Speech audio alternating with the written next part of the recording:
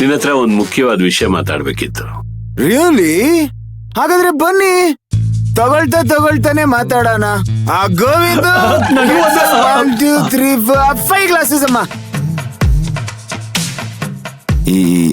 ಈ ತಗೊಳ್ತಾ ಮಾತಾಡ್ಬಿಟ್ರೆ ಮನ್ಸಲ್ಲಿರೋ ದುಃಖನೂ ಒಟ್ಟ ಹೋಗತ್ತಂತೆ. ಹೌದಪ್ಪ, ಮುಖದಲ್ಲಿ ಮಂದಹಾಸ ಅನ್ನೋದೊಂದಿದ್ರೆ ದುಃಖ ತಾನಾಗೆ ಮಾಯ ಆಗ್ಬಿಡುತ್ತೆ. ಹಾ,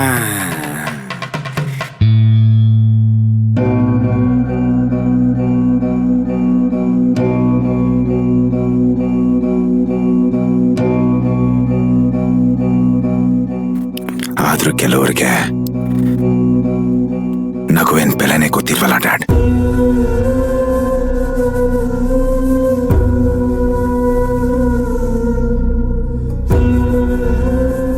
ತಾರಕ್, ನಾವೆಲ್ಲರೂ ನಮ್ಮೂರ್ಗ್ ಹೋಗಿ ಮನೆ ದೇವರು ದುರ್ಗಮ್ಮನ್ ಪೂಜೆ ಮಾಡಿಸ್ಕೊಂಡ್ ಬರೋಣ ಅಂತ ನಿರ್ಧಾರ ಮಾಡಿದೀವಿ.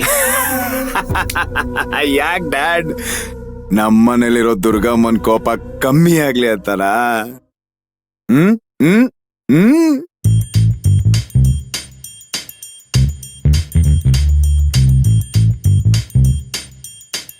ಹಾಗೇನಿಲ್ಲಪ್ಪ, ಯಾಕೋ ಮನೆಯಲ್ಲಿ ಒಂಥರ ನೆಮ್ಮದಿನೇ ಇಲ್ಲ, ಅಶಾಂತಿ ವಾತಾವರಣ. ಅದಕ್ಕೆ ಮನೆ ದೇವರು ಪೂಜೆ ಮಾಡಿಸಿದ್ರೆ ಸರಿ ಹೋಗುತ್ತೇನೋ ಅನ್ನೋ ನಂಬಿಕೆ.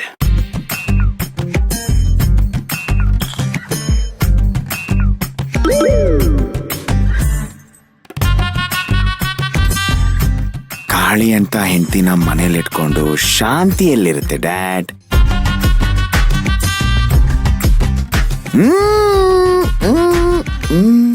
ಅದೆಲ್ಲ ಬಿಡು ತಾರಕ್. ಈಗ ನೀನ್ ಬರ್ತೀಯೋ ಇಲ್ವೋ